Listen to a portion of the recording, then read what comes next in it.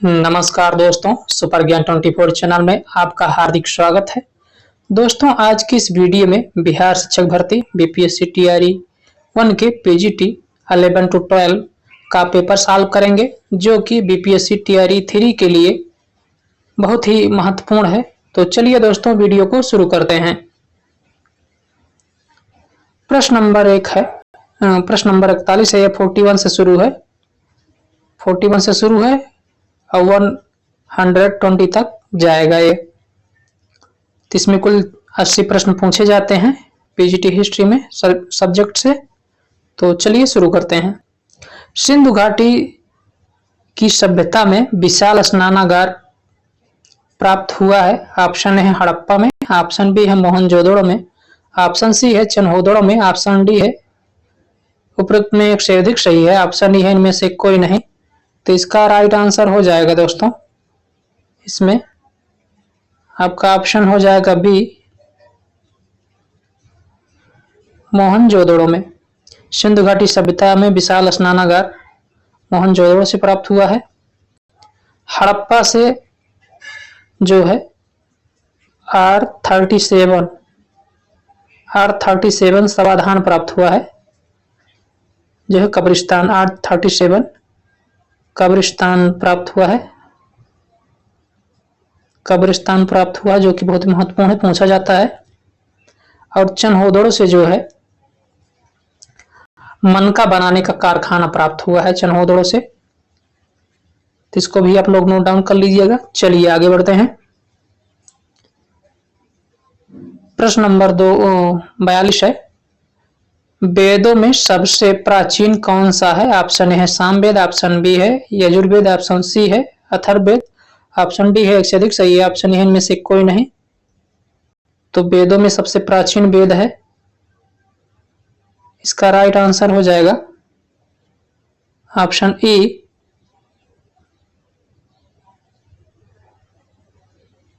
इसमें option A दिया है, वेदों में सबसे प्राचीन वेद है तो सामवेद।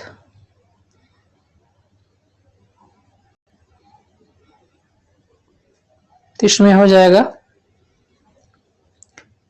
ऋग्वेद जो है सबसे प्राचीन वेद है। ऋग्वेद सबसे प्राचीन वेद है, उसके बाद सामवेद है, उसके बाद यजुर्वेद है, उसके बाद अथर्ववेद है। तो इसका राइट आंसर हो जाएगा ऑप्शन ई, इनमें से कोई नहीं। चलिए आगे बढ़ते हैं। प्रश्न नंबर 43 है, 43। ऋग्वैदिक देवताओं में सबसे महत्वपूर्ण कौन था? ऑप्शन ए है सूर्य, ऑप्शन बी है इंद्र, ऑप्शन सी है वरुण, ऑप्शन डी है एक से अधिक सही है, ऑप्शन ई है इनमें से कोई नहीं। तो इसका करेक्ट आंसर हो जाएगा ऑप्शन बी, हो जाएगा इंद्र। इन्हें झंझावत वर्षा का देवता भी कहा जाता है, पुरंदर भी कहा जाता है, किलों को तोड़ने वाला। तो कई उपनामों से इनको जाना जाता है। चलिए आगे बढ़ते हैं।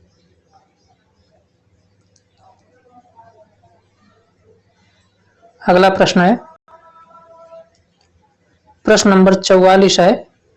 जैन धर्म का प्रथम तीर्थंकर किसे माना जाता है? ऑप्शन है पारसनाथ, ऑप्शन बी है अरिस्टनेम, ऑप्शन सी है ऋषभदेव, ऑप्शन डी है एक से अधिक सही है, ऑप्शन ए इनमें से कोई नहीं। तो इसका राइट आंसर हो जाएगा इसमें ऑप्शन सी हो जाएगा, ऑप्शन सी हो जाएगा, इसमें ऋषभदेव हो जाएगा। चलिए आगे बढ़ते हैं।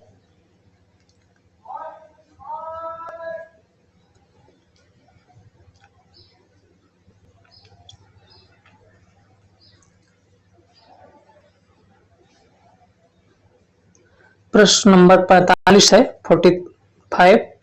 तीसरी बौद्ध सभा कहां पर आयोजित की गई थी? ऑप्शन है राजगृह में, ऑप्शन बी है वैशाली में, ऑप्शन सी है पाटलिपुत्र में, ऑप्शन डी है एक से अधिक सही है, ऑप्शन ई इनमें से कोई नहीं।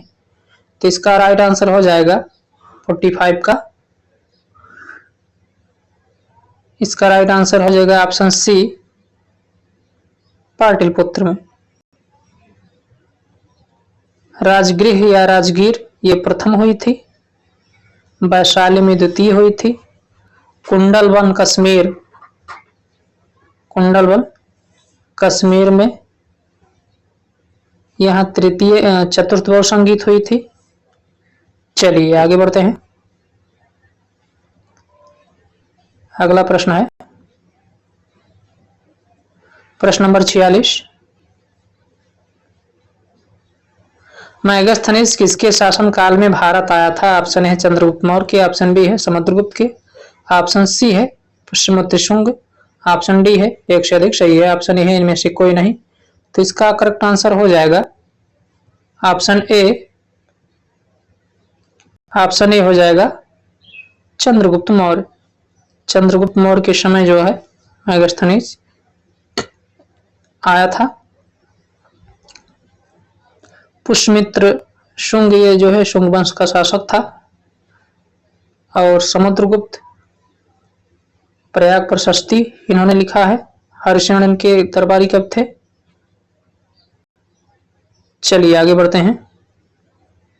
इनको कविराज भी कहा जाता है समुद्रगुप्त को। प्रश्न नंबर 47 है हर्षवर्धन ने किस शताब्दी में शासन किया था? ऑप्शन है चौथी, ऑप्शन बी है पांचवें, ऑप्शन सी है छठवें, ऑप्शन डी है उपरोक्त में एक से अधिक। सही है ऑप्शन ई है उपरोक्त में कोई नहीं। तो इसका राइट आंसर हो जाएगा 47 का। इसमें ई हो जाएगा, ई सही हो जाएगा, इनमें से कोई नहीं। चलिए आगे बढ़ते हैं। हर्षवर्धन का शासनकाल जो था वो 606 से 642 तक था। 606 से 642 तक हर्षवर्धन का शासनकाल था। चलिए आगे बढ़ते हैं। प्रश्न नंबर 48 है चोल काल की सबसे प्रमुख विशेषता थी। ऑप्शन ए है शिक्षा व्यवस्था, ऑप्शन बी है भूमिकर व्यवस्था, ऑप्शन सी है स्थानीय स्वशासन, ऑप्शन डी है उपरोक्त में एक से अधिक। सही है ऑप्शन ई है इनमें से कोई नहीं। तो इसका राइट आंसर हो जाएगा ऑप्शन सी स्थानीय व्यवस्था, स्थानीय शासन। स्थानीय शासन जो है चोल काल की सबसे प्रमुख जो है विशेषता है। चलिए आगे बढ़ते हैं। प्रश्न नंबर 49 है मोहम्मद गोरी और पृथ्वीराज चौहान के मध्य तराइन का द्वितीय युद्ध किस वर्ष हुआ था? ऑप्शन है 1190, ऑप्शन बी है 1191, ऑप्शन सी है 1192, ऑप्शन डी है एक से अधिक। सही है ऑप्शन ए है में से कोई नहीं। तो इसका करेक्ट आंसर हो जाएगा तराइन का द्वितीय युद्ध जो है वो 1192 ईस्वी में हुआ था मोहम्मद गोरी और पृथ्वीराज चौहान के बीच। और 1191 में जो है ये प्रथम युद्ध हुआ था। तो द्वितीय युद्ध 1192 और प्रथम युद्ध 1191 ईस्वी में हुआ था। प्रथम में जो है मोहम्मद गोरी को पृथ्वीराज चौहान ने हरा दिया था और मोहम्मद गोरी ने 1192 ईस्वी में पृथ्वीराज को हराया था। चलिए आगे बढ़ते हैं। प्रश्न नंबर 50 है इल्तुतमिश की मृत्यु के बाद दिल्ली का सुल्तान कौन हुआ? ऑप्शन है रजिया, ऑप्शन बी है रुकनुद्दीन फिरोज, ऑप्शन सी है बलबन, ऑप्शन डी है उपरोक्त में से अधिक। सही है ऑप्शन ए इनमें से कोई नहीं। तो इसका करेक्ट आंसर हो जाएगा इसका करेक्ट आंसर हो जाएगा ऑप्शन बी रुकनुद्दीन फिरोज। रुकनुद्दीन फिरोज हो जाएगा इसमें, ऑप्शन बी सही हो जाएगा। चलिए आगे बढ़ते हैं।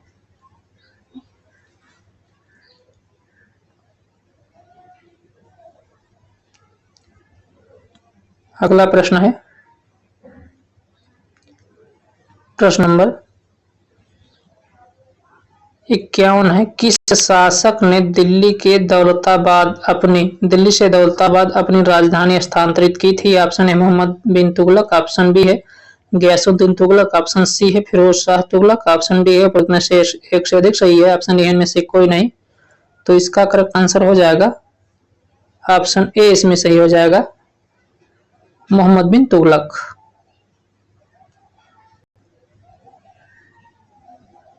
गयासुद्दीन तुगलक, फिरोज तुगलक।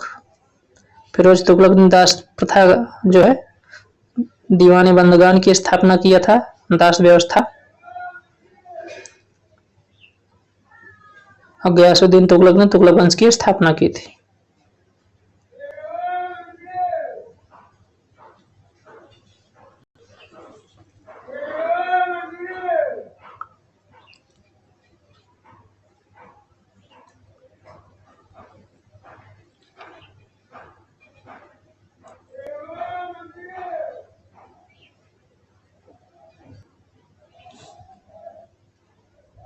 विजयनगर साम्राज्य का सबसे महान शासक कौन था?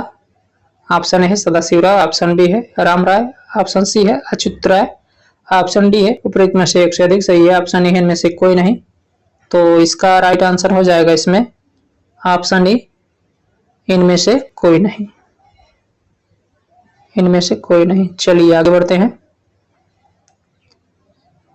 तबकाते नासरी किसके द्वारा लिखी गई? ऑप्शन ए है मेहनाजुल सिराज, ऑप्शन बी है अमीर खुसरो, ऑप्शन सी है जियाउद्दीन बर्नी, ऑप्शन डी है उपरोक्त में से एक से अधिक सही है, ऑप्शन ई है इनमें से कोई नहीं।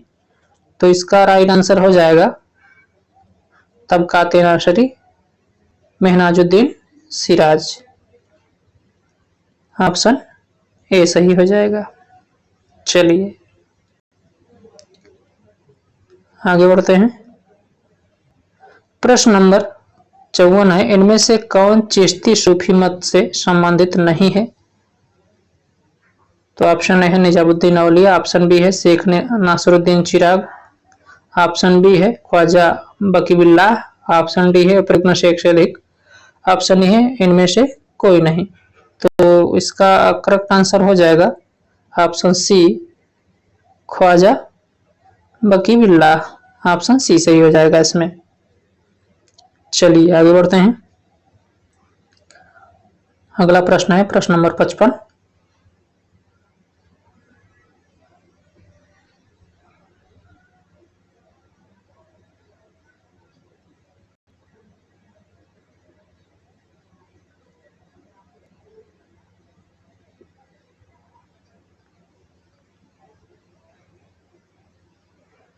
प्रश्न नंबर 55 है,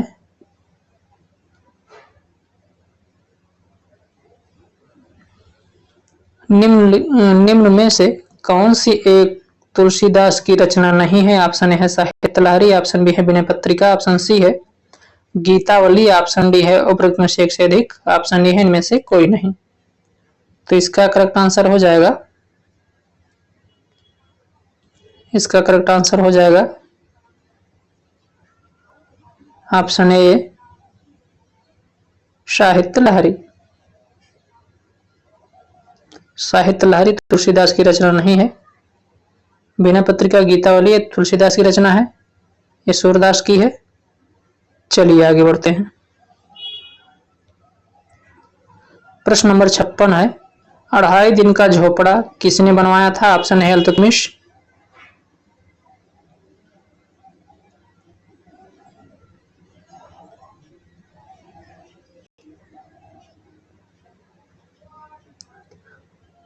इल्तुतमिश, कुतुबुद्दीन ऐबक, ऑप्शन सी है बलबन, ऑप्शन डी है उपरोक्त में से एक से अधिक सही है, ऑप्शन ई है में से कोई नहीं। तो इसका करेक्ट आंसर हो जाएगा, इसका करेक्ट आंसर हो जाएगा ऑप्शन बी सही हो जाएगा इसमें, कुतुबुद्दीन ऐबक। 2.5 दिन का झोपड़ा बनवाया था इन्होंने।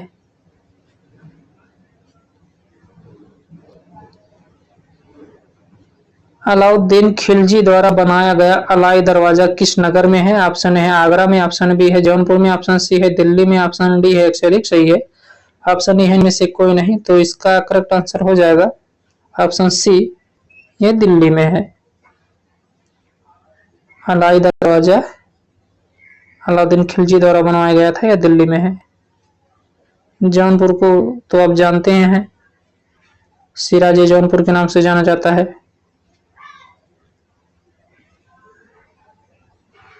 पूर्व का सिराज जिसे कहा जाता है। आगरा राजधानी थी मुगलों की। चलिए आगे बढ़ते हैं। किसके शासन काल में मुगल चित्रकला अपने चरमोत्कर्ष पर थी? ऑप्शन ए है बाबर, ऑप्शन बी है अकबर, ऑप्शन सी है शाहजहां, ऑप्शन डी है प्रयत्न से एक से अधिक, ऑप्शन ए है इनमें से कोई नहीं। तो इसका राइट आंसर हो जाएगा इसमें ऑप्शन ई हो जाएगा सही, इनमें से कोई नहीं। मुगल चित्रकला जो है चरमोत्कर्ष पर जहांगीर के समय थी। जहांगीर के समय थी। शुरुआत हुई थी हुमायूं के समय। शुरुआत हुमायूं के समय हुई थी और जहांगीर के समय चरमोत्कर्ष पर पहुंची थी। चलिए, मुगल चित्रकला का स्वर्णकाल कहा जाता है जहांगीर के कार्यकाल को। अगला प्रश्न है प्रश्न नंबर 59 है, बाबर ने अपनी आत्मकथा किस भाषा में लिखी है? ऑप्शन है फारसी, ऑप्शन बी है उर्दू, ऑप्शन सी है तुर्की, ऑप्शन डी है उपरोक्त में से एक से अधिक। सही है ऑप्शन ए है इनमें से कोई नहीं। तो इसका करेक्ट आंसर हो जाएगा इसमें ऑप्शन सी सही हो जाएगा, तुर्की में। इसका करेक्ट आंसर हो जाएगा तुर्की में इन्होंने बाबर ने अपनी आत्मकथा लिखी है। चलिए आगे बढ़ते हैं। प्रश्न नंबर 60 है, चौसा की लड़ाई जून 1559 ईस्वी में 1539 ईस्वी में कौन पराजित हुआ था? ऑप्शन ए है हुमायूं, ऑप्शन बी है शेरशाह सूरी, ऑप्शन सी है बाबर, ऑप्शन डी है उपरोक्त में से एक से अधिक। सही है ऑप्शन डी है उपरोक्त में से कोई नहीं। तो इसका सही उत्तर हो जाएगा ऑप्शन ए।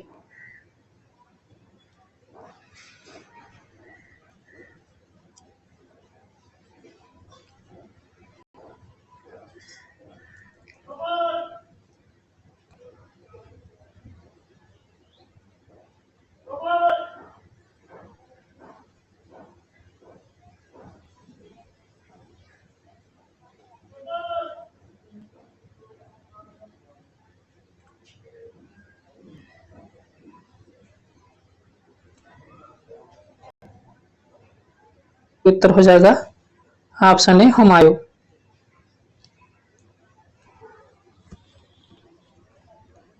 चलिए आगे बढ़ते हैं। प्रश्न नंबर 61 है, 1575 ईस्वी में अकबर ने कहां पर इबादत खाना स्थापित किया? ऑप्शन है इलाहाबाद के किले में, ऑप्शन बी है लाहौर के किले में, ऑप्शन सी है आगरा के किले में, ऑप्शन डी है उपरोक्त में से एक से अधिक। सही ऑप्शन है इनमें से कोई नहीं। तो इसका करेक्ट आंसर हो जाएगा ऑप्शन ई, इनमें से कोई नहीं।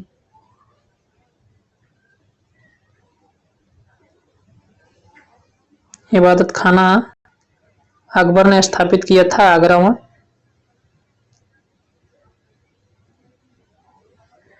आगरा की फतेहपुर सीकरी में। चलिए आगे बढ़ते हैं।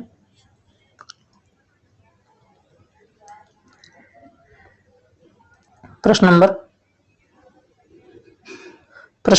62 है, अकबर ने तीर्थ यात्रा कर किस वर्ष बंद किया था? ऑप्शन ए है 1561 में, ऑप्शन बी है 1562 में, ऑप्शन सी है 1563 में, ऑप्शन डी है उपरोक्त में से एक से अधिक। सही है ऑप्शन ए इनमें से कोई नहीं। तो इसका करेक्ट आंसर हो जाएगा ऑप्शन सी हो जाएगा इसमें 1563 ईस्वी में जो है तीर्थ यात्रा कर बंद कर दिया था। चलिए आगे बढ़ते हैं। प्रश्न नंबर 63 है,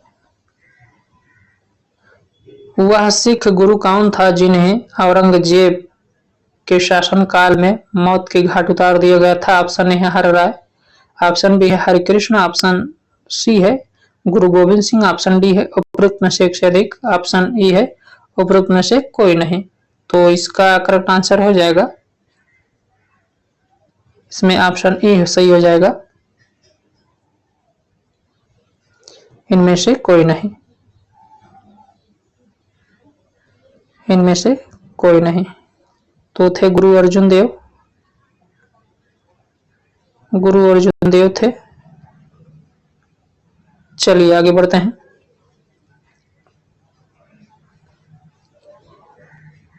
प्रश्न नंबर 64 है, बीजापुर तथा गोलकुंडा के राज्य किसके शासनकाल में मुगल साम्राज्य में मिलाए गए? ऑप्शन ए है जहांगीर के, ऑप्शन बी है शाहजहां के, ऑप्शन सी है औरंगजेब के, ऑप्शन डी है प्रयुक्त में से एक से अधिक सही है, ऑप्शन डी है इनमें से कोई नहीं।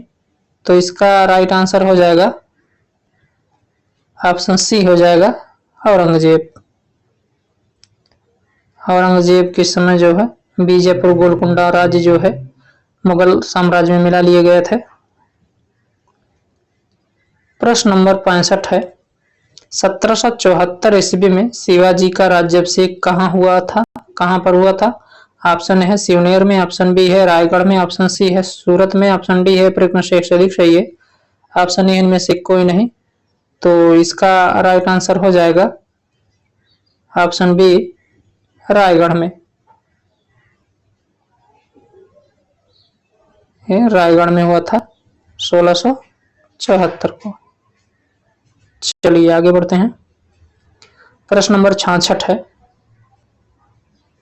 चित्तौड़ पर अधिकार करने के बाद अलाउद्दीन खिलजी ने उसे क्या नाम दिया था? ऑप्शन है आदिलाबाद, ऑप्शन बी है जलालाबाद, ऑप्शन सी है फिरोजाबाद, ऑप्शन डी है प्रयुक्त में से एक से अधिक सही है, ऑप्शन ए इनमें से कोई नहीं। तो इसका करेक्ट आंसर हो जाएगा ऑप्शन ई इनमें से कोई नहीं। इसका राइट आंसर हो जाएगा ऑप्शन ई इनमें से कोई नहीं। बाद रखा था चित्तौड़ को उसका नाम खुर्जाबाद रखा था। चलिए आगे बढ़ते हैं।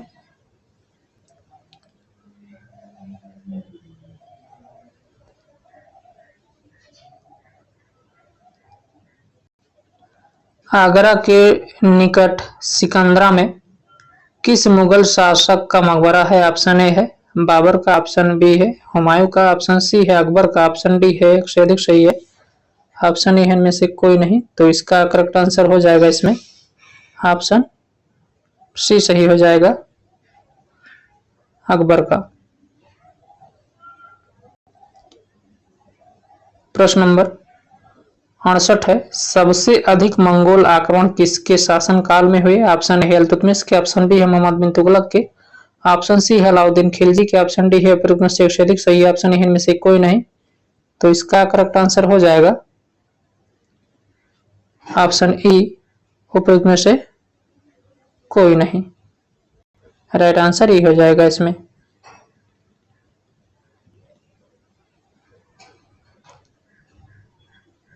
सबसे अधिक मंगोल आक्रमण जो हुए थे वो अलाउद्दीन खिलजी के समय हुए थे। अलाउद्दीन खिलजी के समय सबसे अधिक मंगोल आक्रमण हुए थे। चलिए आगे बढ़ते हैं। प्रश्न नंबर 69 है, मनसबदारी प्रणाली का प्रारंभ किसने किया था? ऑप्शन है अलाउद्दीन खिलजी, ऑप्शन बी है फिरोज तुगलक, ऑप्शन सी है बाबर, ऑप्शन डी है उपरोक्त में से एक से अधिक, ऑप्शन ए इनमें से कोई नहीं। तो इसका करेक्ट आंसर हो जाएगा ऑप्शन ई इनमें से कोई नहीं। मनसबदारी प्रथा का प्रारंभ जो है वो अकबर ने किया था। अकबर ने किया था।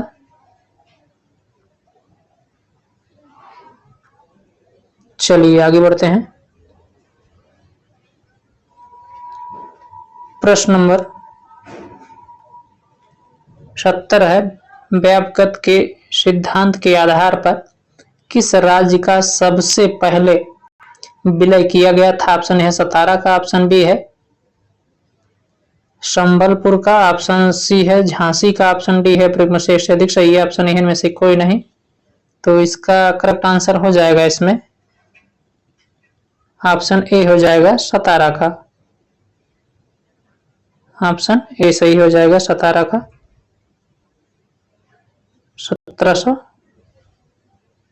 1848 में 1848 में जो है सतारा का सबसे पहले किया गया था। चलिए आगे बढ़ते हैं।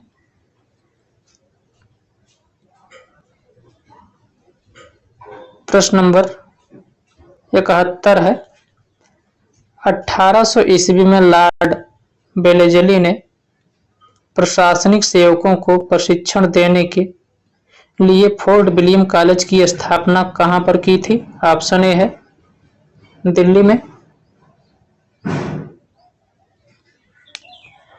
बंबई में, ऑप्शन सी है कलकत्ता में, ऑप्शन डी है एक से अधिक सही है, ऑप्शन ए है इनमें से कोई नहीं। तो इसका करेक्ट आंसर हो जाएगा ऑप्शन सी हो जाएगा इसमें, कलकत्ता में। फोर्ट विलियम कॉलेज की स्थापना कलकत्ता में हुई थी लॉर्ड वेलेस्ली के समय।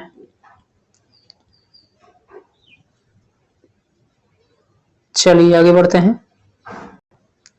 प्रश्न नंबर 72 है, रेगुलेटिंग एक्ट किस वर्ष पारित किया गया था? ऑप्शन ए है 1770 में, ऑप्शन बी है 1773 में, ऑप्शन सी है 1775 में, ऑप्शन डी है एक से अधिक सही, ऑप्शन ए है इनमें से कोई नहीं। तो इसका करेक्ट आंसर हो जाएगा इसमें ऑप्शन बी 1773 ईस्वी में रेगुलेटिंग एक्ट जो है पारित किया गया था। प्रश्न नंबर 73 है, सालबाई की संधि से किस युद्ध की समाप्ति हुई? ऑप्शन ए है आंग्ल मराठा युद्ध, प्रथम आंग्ल मराठा युद्ध, द्वितीय आंग्ल मराठा युद्ध, तृतीय आंग्ल मराठा युद्ध, उपरोक्त में से एक से अधिक सही है, ऑप्शन ए है इनमें से कोई नहीं। तो इसका राइट आंसर हो जाएगा ऑप्शन ए प्रथम आंग्ल मराठा युद्ध। इसका राइट आंसर ए सही हो जाएगा। चलिए आगे बढ़ते हैं। अगला प्रश्न है प्रश्न नंबर 74 है 74। कलकत्ता अब कोलकाता मेडिकल कॉलेज की स्थापना किसके द्वारा की गई थी? ऑप्शन ए है लॉर्ड एमहर्स्ट, ऑप्शन बी है लॉर्ड कैनिंग, ऑप्शन सी है लॉर्ड एल्गिन प्रथम, ऑप्शन डी है प्रश्न से सही है, ऑप्शन ई है इनमें से कोई नहीं। तो इसका राइट आंसर हो जाएगा ऑप्शन ई हो जाएगा इसमें इनमें से कोई नहीं। कलकत्ता मेडिकल कॉलेज की स्थापना जो है वो हुई थी डलहौजी के समय।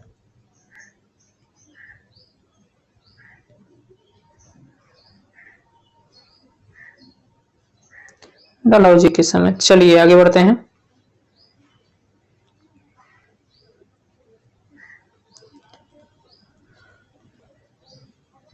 पचहत्तरवां प्रश्न है, किस एक्ट के द्वारा ईसाई मिशनरियों की गतिविधियों पर लगी रुकावटों को हटा दिया गया? ऑप्शन ए है रेगुलेटिंग एक्ट के द्वारा, ऑप्शन बी है पिट्स इंडिया एक्ट के द्वारा, ऑप्शन सी है 1793 का चार्टर एक्ट, ऑप्शन डी है प्रयत्न से एक से अधिक सही, ऑप्शन ए इनमें से कोई नहीं। तो इसका करेक्ट आंसर हो जाएगा ऑप्शन ए इनमें से कोई नहीं। इसका राइट आंसर ई सही हो जाएगा।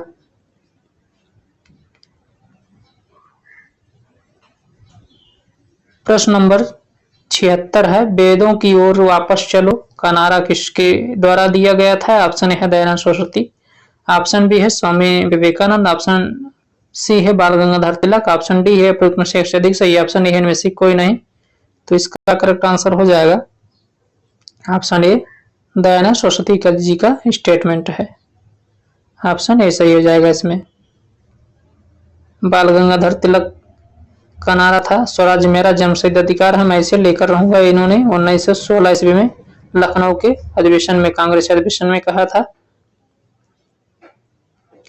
प्रश्न नंबर 77 है, सत्य शोधक समाज की स्थापना किसके द्वारा की गई थी? ऑप्शन है ज्योतिबा राव फूले, ऑप्शन बी है रामास्वामी नायकर, ऑप्शन सी है नारायण गुरु, ऑप्शन डी है एक से अधिक सही है, ऑप्शन ए है इनमें से कोई नहीं। तो इसका करेक्ट आंसर हो जाएगा इसमें ऑप्शन ए सही हो जाएगा, ज्योतिबा राव फूले। इन्होंने गुलामगिरी नामक पत्रिका भी निकाला था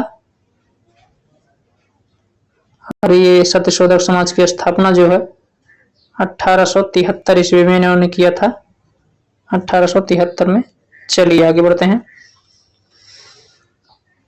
प्रश्न नंबर 78, एल्बर्ट विल विवाद के समय कौन वायसराय था? ऑप्शन है Lord Ripon, Lord Curzon, option C है लॉर्ड डफरिन, ऑप्शन डी है एक से अधिक सही है, ऑप्शन ए में से कोई नहीं। तो इसका राइट आंसर हो जाएगा लॉर्ड डफरिन 1850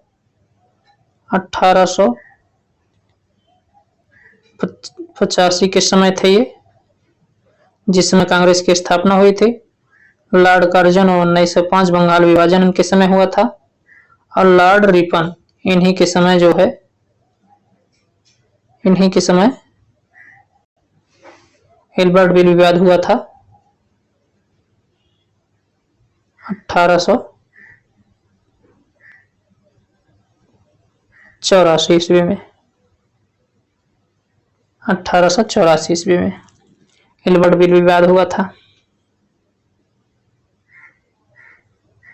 चलिए आगे बढ़ते हैं।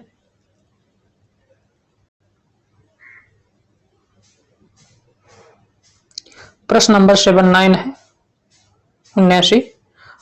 Poverty and un British rule in India किसके द्वारा लिखी गई है? ऑप्शन ए है गोपाल कृष्ण गोखले, ऑप्शन बी है दिनशा वाचा, ऑप्शन सी है दादा भाई नौरोजी, ऑप्शन डी है एक से अधिक सही है, ऑप्शन ए इनमें से कोई नहीं।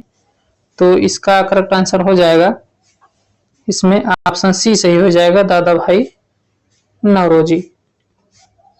दादा भाई नौरोजी के द्वारा जो है poverty and un British rule in India लिखा गया है।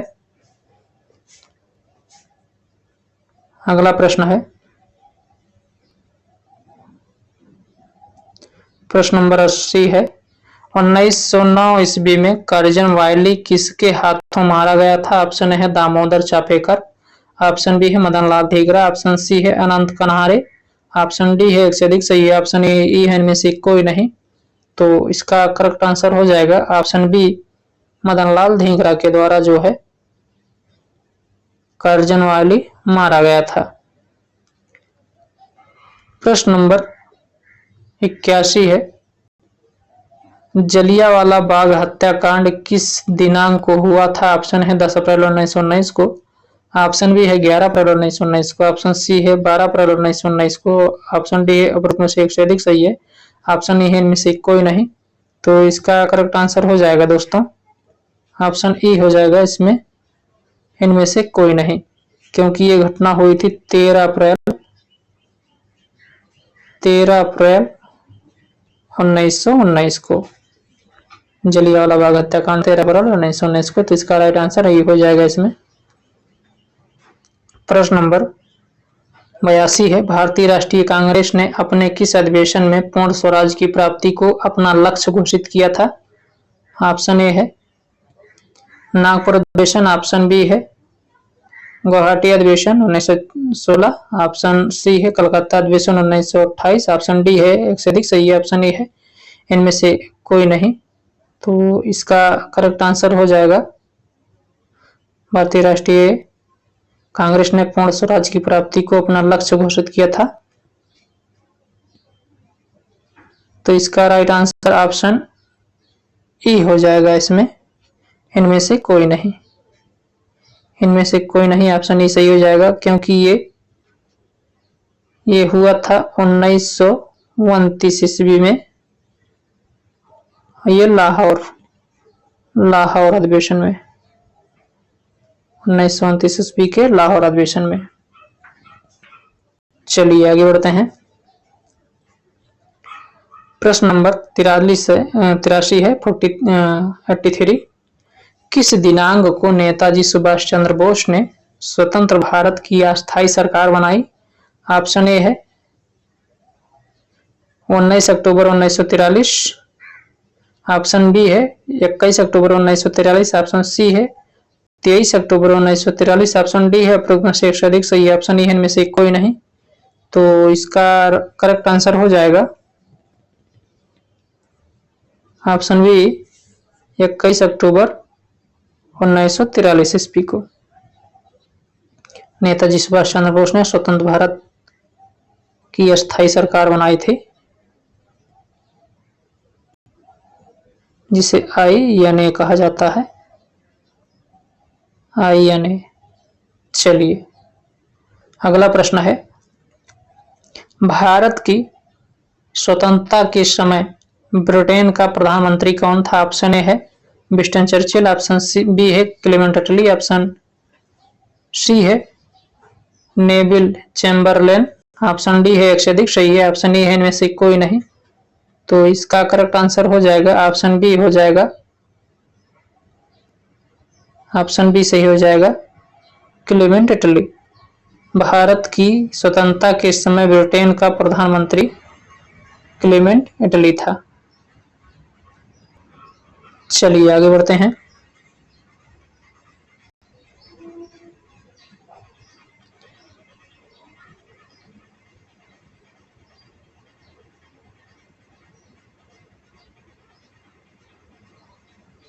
प्रश्न नंबर 85 है,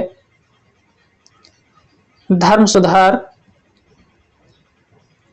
का अग्रदूत किसे कहा जाता है? ऑप्शन ए है मार्टिन लूथर, ऑप्शन बी है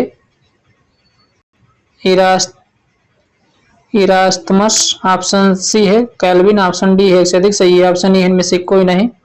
तो इसका राइट आंसर हो जाएगा ऑप्शन ए मार्टिन लूथर। धर्म सुधार का अग्रदूत माना जाता है मार्टिन लूथर को। चलिए आगे बढ़ते हैं। प्रश्न नंबर 86 है, बोस्टन टी पार्टी का नेतृत्व किसने किया था? ऑप्शन है थॉमसन जेफरसन, ऑप्शन बी है थॉमस पेन, ऑप्शन सी है सैमुअल एडम्स, ऑप्शन डी है एक से अधिक सही है, ऑप्शन ई इनमें से कोई नहीं। तो इसका राइट आंसर हो जाएगा ऑप्शन सी हो जाएगा इसमें, सैमुअल एडम्स। प्रश्न नंबर 87 है, जर्मनी का एकीकरण पूर्ण हुआ? ऑप्शन ए है प्लोबियर्स के समझौते से, ऑप्शन बी है गैस्टिन के समझौते से, ऑप्शन सी है फ्रैंकफर्ट की संधि से, ऑप्शन डी है एक से अधिक सही है, ऑप्शन ई है इनमें से कोई नहीं। तो इसका करेक्ट आंसर हो जाएगा ऑप्शन सी हो जाएगा, फ्रैंकफर्ट की संधि से जो है जर्मनी का एकीकरण हुआ था। प्रश्न नंबर 88 है, पेरिस के शांति सम्मेलन 1919 में फ्रांस का प्रतिनिधित्व किसने किया था? ऑप्शन ए है विंस्टन चर्चिल, ऑप्शन ए है विल्सन, ऑप्शन बी है लॉर्ड जॉर्ज, ऑप्शन सी है क्लेमेंसियो, ऑप्शन डी है एक से अधिक सही है, ऑप्शन ए इनमें से कोई नहीं।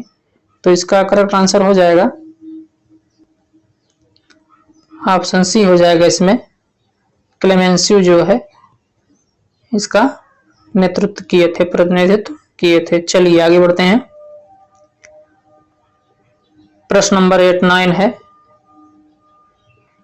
किस देश ने पर्ल हार्बर स्थित संयुक्त राज्य अमेरिका के नौसैनिक बेड़े पर दिसंबर 1941 में आक्रमण किया था? ऑप्शन ए है जापान, ऑप्शन बी है रूस, ऑप्शन सी है इटली, ऑप्शन डी एक से अधिक सही है, ऑप्शन ए इनमें से कोई नहीं।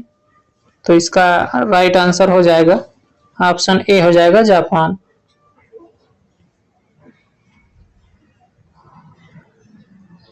नब्बेवां प्रश्न है, इंग्लैंड में 1918 के जन प्रतिनिधित्व अधिनियम द्वारा कुछ संपत्ति की योग्यताओं के होने पर कितनी आयु की स्त्रियों को मताधिकार प्रदान किया गया? ऑप्शन ए है 21, ऑप्शन बी है 25, ऑप्शन सी है 28, ऑप्शन डी है एक से अधिक सही है, ऑप्शन ए में से कोई नहीं। तो इसका राइट आंसर हो जाएगा ऑप्शन ई इनमें से कोई नहीं, इसका राइट आंसर ई हो जाएगा। प्रश्न नंबर 91 है, रोम में कुलीन वर्ग जाना जाता था? ऑप्शन है पैट्रिशियन, ऑप्शन बी है प्लेबियन, ऑप्शन सी है हनीबाल, ऑप्शन डी है एक से अधिक सही है, ऑप्शन ई है इनमें से कोई नहीं।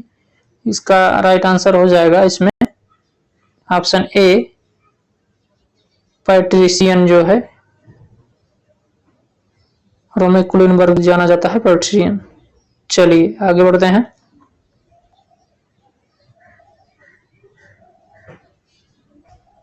प्रश्न नंबर 92 है, यूरोप के किस देश में पुनर्जागरण के बाद नागरिक समाज प्रारंभ हुआ? ऑप्शन है ब्रिटेन में, ऑप्शन बी है फ्रांस में, ऑप्शन सी है इटली में, ऑप्शन डी है उपरोक्त में से एक से अधिक सही है, ऑप्शन ई है उपरोक्त में से कोई नहीं।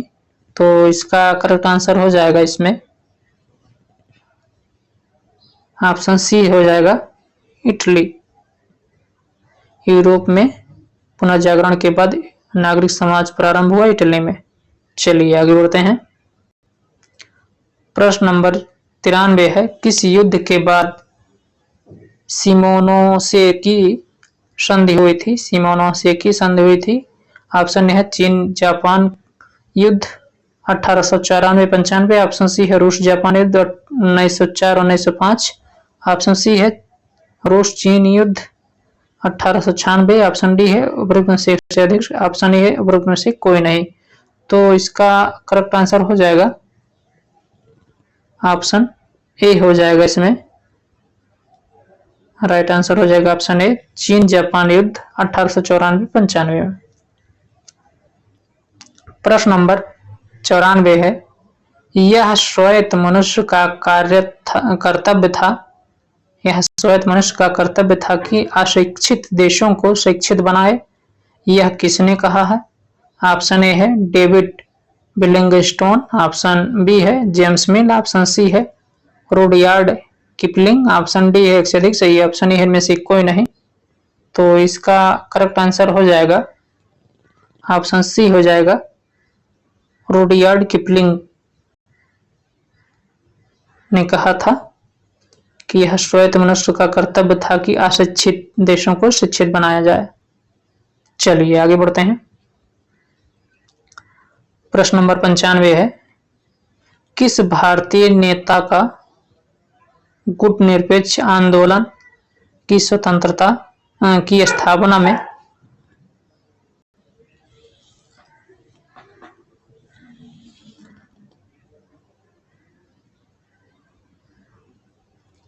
बहुत बड़ा हाथ था? ऑप्शन है राजेंद्र प्रसाद। ऑप्शन बी है महात्मा गांधी। ऑप्शन सी है जवाहरलाल नेहरू। ऑप्शन डी है उपरोक्त में से एक से अधिक। ऑप्शन ए में से कोई नहीं। तो इसका करेक्ट आंसर हो जाएगा ऑप्शन सी हो जाएगा इसमें जवाहरलाल नेहरू। प्रश्न नंबर 96 है, उपनिवेश का अंत किसके प्रयत्नों से संभव हुआ था? ऑप्शन है League of Nation. Option B है संयुक्त राज्य संघ। ऑप्शन सी है सीटो। ऑप्शन डी है उपरोक्त में से एक से अधिक। ऑप्शन ए में से कोई नहीं। तो इसका करेक्ट आंसर हो जाएगा ऑप्शन बी हो जाएगा संयुक्त राष्ट्र संघ। प्रश्न नंबर 97 है, पूर्व ऐतिहासिक काल का प्रारंभिक भाग के रूप में जाना जाता है। ऑप्शन है पाषाण काल। ऑप्शन बी है मध्य पाषाण काल। ऑप्शन सी है नवपाषाण काल। ऑप्शन डी है एक से अधिक सही। ऑप्शन ए इनमें से कोई नहीं। तो इसका करेक्ट आंसर हो जाएगा इसमें 97 का ए पूरा पाषाण काल पूर्व ऐतिहासिक काल का प्रारंभिक भाग के रूप में जाना जाता है। अगला प्रश्न है प्रश्न नंबर 98 हड़प्पा लोगों के द्वारा किस पेड़ की पूजा काफी की जाती थी? ऑप्शन है नीम। ऑप्शन बी है पीपल। ऑप्शन सी है रोहेड़ा।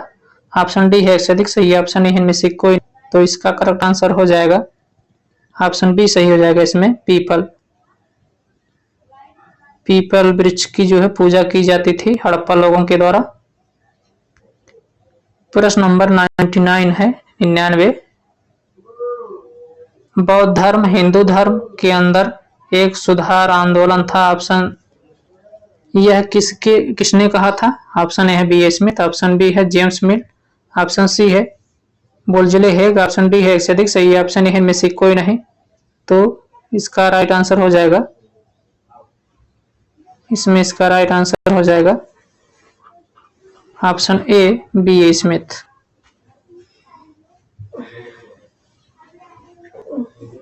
प्रश्न नंबर 100 है, योग सूत्रों का श्रेय जाता है। ऑप्शन ए है मार्कंडेय को। ऑप्शन बी है चौन को। ऑप्शन सी है पतंजलि को। ऑप्शन डी है उपरोक्त में से एक से अधिक सही। ऑप्शन ए में से कोई नहीं। तो इसका करेक्ट आंसर हो जाएगा दोस्तों ऑप्शन सी हो जाएगा इसमें पतंजलि। इसका राइट आंसर हो जाएगा पतंजलि। योग सूत्रों का श्रेय जो है पतंजलि को जाता है। प्रश्न नंबर 101 है, मुगलों के द्वारा बिहार में किस नगर को पुनर्विकसित किया गया था? ऑप्शन है मुंगेर। ऑप्शन बी है बोधगया। ऑप्शन सी है पटना। ऑप्शन डी है एक से अधिक सही। ऑप्शन ए में से कोई नहीं। तो इसका करेक्ट आंसर हो जाएगा ऑप्शन सी सही हो जाएगा इसमें, पटना को।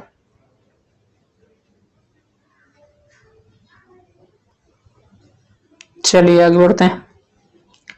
प्रश्न नंबर 102 है, किस सुल्तान ने अपने आपको सिकंदर शानी के रूप में प्रस्तुत किया था? ऑप्शन है अलाउद्दीन खिलजी, ऑप्शन बी है मोहम्मद बिन तुगलक, ऑप्शन सी है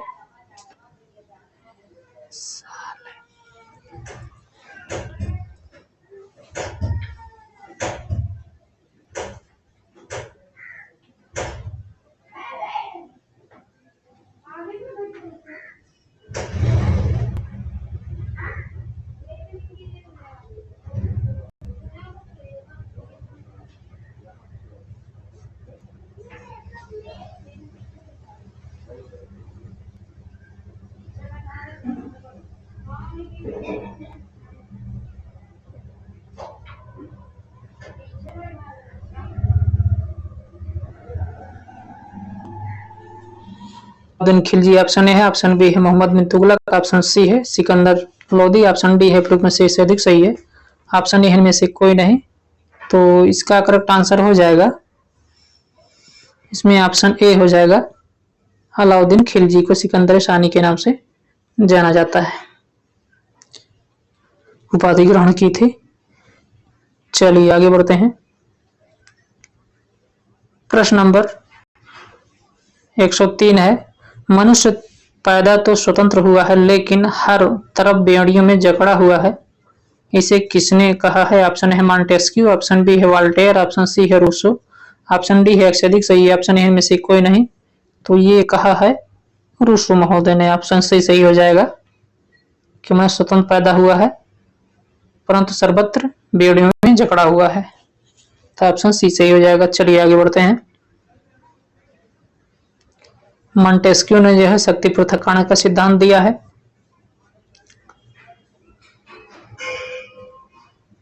प्रश्न नंबर 104 है, भारत में भू राजस्व संग्रह की विभिन्न व्यवस्थाओं में से ईस्ट इंडिया कंपनी ने किसे प्रारंभ किया था? ऑप्शन ए है रैयतबाड़ी, ऑप्शन बी है महालबाड़ी, ऑप्शन सी है अस्थायी बंदोबस्त, ऑप्शन डी है अत्यधिक सही है। ऑप्शन ए में से कोई नहीं, तो इसका करेक्ट आंसर हो जाएगा ऑप्शन डी हो जाएगा इसमें, उपरोक्त में से अत्यधिक सही हो जाएगा इसमें, उपरोक्त में से अत्यधिक सही हो जाएगा अस्थायी बंदोबस्त, मालवाड़ी, रैयतबाड़ी। चलिए आगे बढ़ते हैं। रैयतवाड़ी, महालवाड़ी,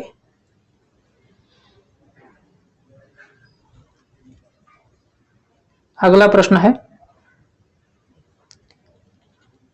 105, भारतीय कृषि के व्यवसायीकरण ने ब्रिटिश पूंजी वर्ग को ही लाभान्वित किया लेकिन भारतीय कृषक वर्ग को नहीं, यह किसने कहा या किसने लिखा है? भारतीय कृषि के व्यवसायीकरण ने ब्रिटिश पूंजी वर्ग को ही लाभान्वित किया लेकिन भारतीय कृषकों को नहीं किया, यह किसने कहा है? ऑप्शन ए है रजनी पामदत्त, ऑप्शन बी है sir Henry Cotton, option C है हेमचंद्र राय चौधरी, ऑप्शन डी है अत्यधिक सही है। ऑप्शन ए में से कोई नहीं, तो इसका राइट आंसर हो जाएगा, इसका राइट आंसर हो जाएगा दोस्तों ऑप्शन ए सही हो जाएगा, रजनी पामदत्त। ये बीपीएससी टीआरई 3 में जो है टीआरई 2 में ये प्रश्न पूछा गया है, पीजीटी में ये प्रश्न पूछा गया है बीपीएससी टीआरई 2 में, इसको आप लोग नोट डाउन कर लीजिएगा। चलिए आगे बढ़ते हैं। प्रश्न नंबर 106 है, ब्रिटेन के औद्योगिक वर्ग की बढ़ती हुई शक्ति ही भारतीय हस्तकारी के निर्यात के पतन के लिए जिम्मेदार थी। ऑप्शन है किसने कहा था, किसने लिखा है?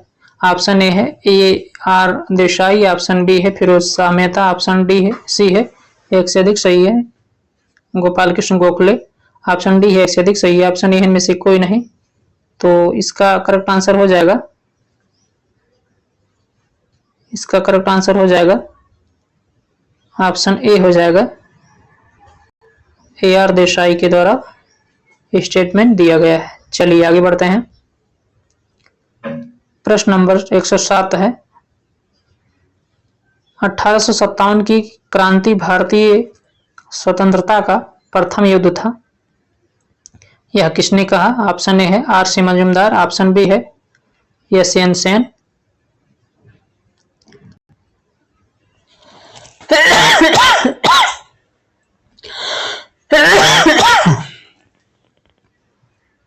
ऑप्शन सी है बी.डी. सावरकर, ऑप्शन डी है उपरोक्त में से एक से अधिक सही, ऑप्शन ए है में से कोई नहीं।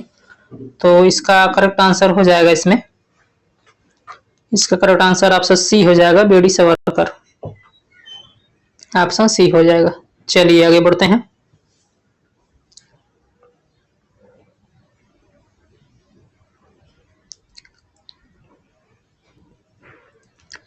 प्रश्न नंबर 8 है, भारतीय युवकों को किसका संदेश था कि शक्तिशाली और निडर बनो? भारतीय युवकों को किसका संदेश था कि शक्तिशाली और निडर बनो? ऑप्शन ए है बी.एम. मालाबाड़ी, ऑप्शन बी है दयाराम गिंडुमल, ऑप्शन सी है स्वामी विवेकानंद, ऑप्शन डी है उपरोक्त में से एक से अधिक, ऑप्शन ए है में से कोई नहीं। तो इसका राइट आंसर हो जाएगा ऑप्शन सी हो जाएगा। इसमें ये स्टेटमेंट जो है स्वामी विवेकानंद का था। प्रश्न नंबर 109 है, किसने जागरूक हिंदुओं के विरुद्ध याचना का आयोजन किया जो सती के जलाने के पक्षधर थे?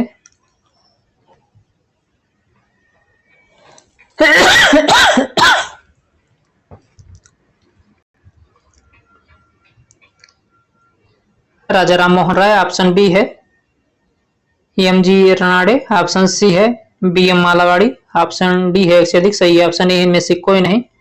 तो इसका राइट आंसर हो जाएगा इसमें ऑप्शन ए सही हो जाएगा, राजा राम मोहन राय। राजा राम मोहन राय ने इसका कड़ा विरोध किया था सती प्रथा का, और अंततः इन्होंने जो है लॉर्ड विलियम बेंटिक के सहयोग से सती प्रथा का अंत किया। चलिए आगे बढ़ते हैं। प्रश्न नंबर 110 है, कांग्रेस संगठन में उदारवादियों पर आक्रमण करने के लिए सुरक्षित वाल्व सिद्धांत का किसने प्रयोग किया था? Safety valve. ऑप्शन ए है बिमल चंद्र बनर्जी, ऑप्शन बी है बदरुद्दीन तैयब जी, ऑप्शन सी है लाला लाजपत राय, ऑप्शन डी है एक से अधिक सही, ऑप्शन ए है में से कोई नहीं। तो इसका करेक्ट आंसर हो जाएगा ऑप्शन सी हो जाएगा, लाला लाजपत राय ने कहा था कांग्रेस के उदारवादी पर आक्रमण करने के लिए उन्होंने सुरक्षित वाल्व सेफ्टी वाल्व का प्रयोग किया था कि कांग्रेस एक सेफ्टी वाल्व है, तुलना किया था कांग्रेस की। चलिए आगे बढ़ते हैं। तो इसका राइट आंसर सी हो जाएगा।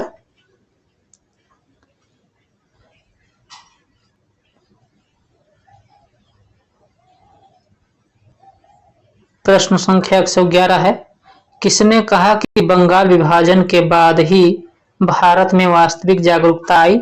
ऑप्शन ए है राजा राम मोहन राय, ऑप्शन बी है बी.एम. मालावाड़ी, ऑप्शन सी है महात्मा गांधी, ऑप्शन डी है प्रयुक्त में से एक से अधिक सही, ऑप्शन ए है में से कोई नहीं। तो इसका राइट आंसर हो जाएगा ऑप्शन सी हो जाएगा, इसमें महात्मा गांधी। ये स्टेटमेंट जो है महात्मा गांधी का था। चलिए आगे बढ़ते हैं। प्रश्न नंबर 112 है, किस कांग्रेस अधिवेशन में यह निर्णय लिया गया कि प्रत्येक वर्ष 26 जनवरी को स्वतंत्रता दिवस मनाया जाएगा? ऑप्शन ए है कलकत्ता अधिवेशन 1928 को, ऑप्शन बी है कराची अधिवेशन 1931 को, ऑप्शन सी है लाहौर अधिवेशन 1929 को, ऑप्शन डी है उपरोक्त में से अधिक, ऑप्शन ए में से कोई नहीं। तो इसका राइट आंसर हो जाएगा ऑप्शन सी सही हो जाएगा, लाहौर अधिवेशन में। लाहौर अधिवेशन में यह निर्णय लिया गया कि 26 जनवरी को स्वतंत्रता दिवस मनाया जाएगा। प्रश्न नंबर 113 है, ब्रिटिश सरकार को उखाड़ फेंकने के लिए किसने एक अहिंसात्मक भूमिगत आंदोलन को संगठित किया था? ऑप्शन ए है जयप्रकाश नारायण, ऑप्शन बी है राजा राम मोहन राय, ऑप्शन सी है श्रीमती अरुणा आसफ अली, ऑप्शन डी है। उपरोक्त में से एक से अधिक सही है, ऑप्शन ए इनमें से कोई नहीं। तो इसका राइट आंसर हो जाएगा ऑप्शन डी हो जाएगा, उपरोक्त में से एक से अधिक। उपरोक्त में से एक से अधिक सही हो जाएगा, ऑप्शन डी हो जाएगा इसमें। अरुणा आसफ अली और डॉक्टर राम मनोहर लोहिया, जयप्रकाश नारायण, इन लोगों का सहयोग रहा। चलिए आगे बढ़ते हैं। प्रश्न नंबर 114 है, किसने मुसलमानों को विद्रोही करने के लिए किसने मुसलमानों को विद्रोह करने के लिए काफी कमजोर माना और मुसलमान संप्रदाय के प्रति सरकारी दृष्टिकोण में परिवर्तन की हिमायत की थी? ऑप्शन ए है W Hunter, option A Hume, option B है विलियम बेडनबर्न, ऑप्शन डी है एक से अधिक सही है, ऑप्शन ए है इनमें से कोई नहीं। तो इसका राइट आंसर हो जाएगा ऑप्शन ए डब्ल्यू हंटर ने। डब्ल्यू हंटर ने जो है मुसलमानों को विद्रोह करने के लिए काफी कमजोर माना और मुसलमान संप्रदाय के प्रति सरकारी दृष्टिकोण में परिवर्तन की हिमायत की थी। प्रश्न नंबर 115 है, 64 दिन की भूख हड़ताल के बाद जेल में जतिन दास की मृत्यु हुई थी। किस भारतीय नेता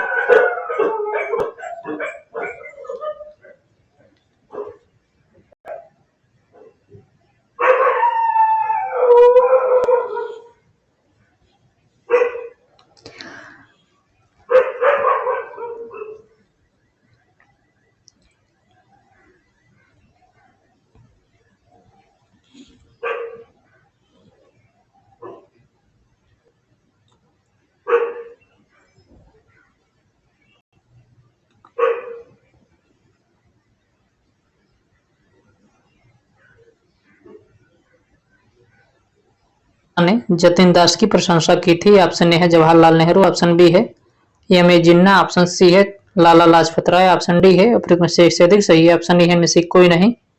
तो इसका राइट आंसर हो जाएगा इसमें ऑप्शन ए।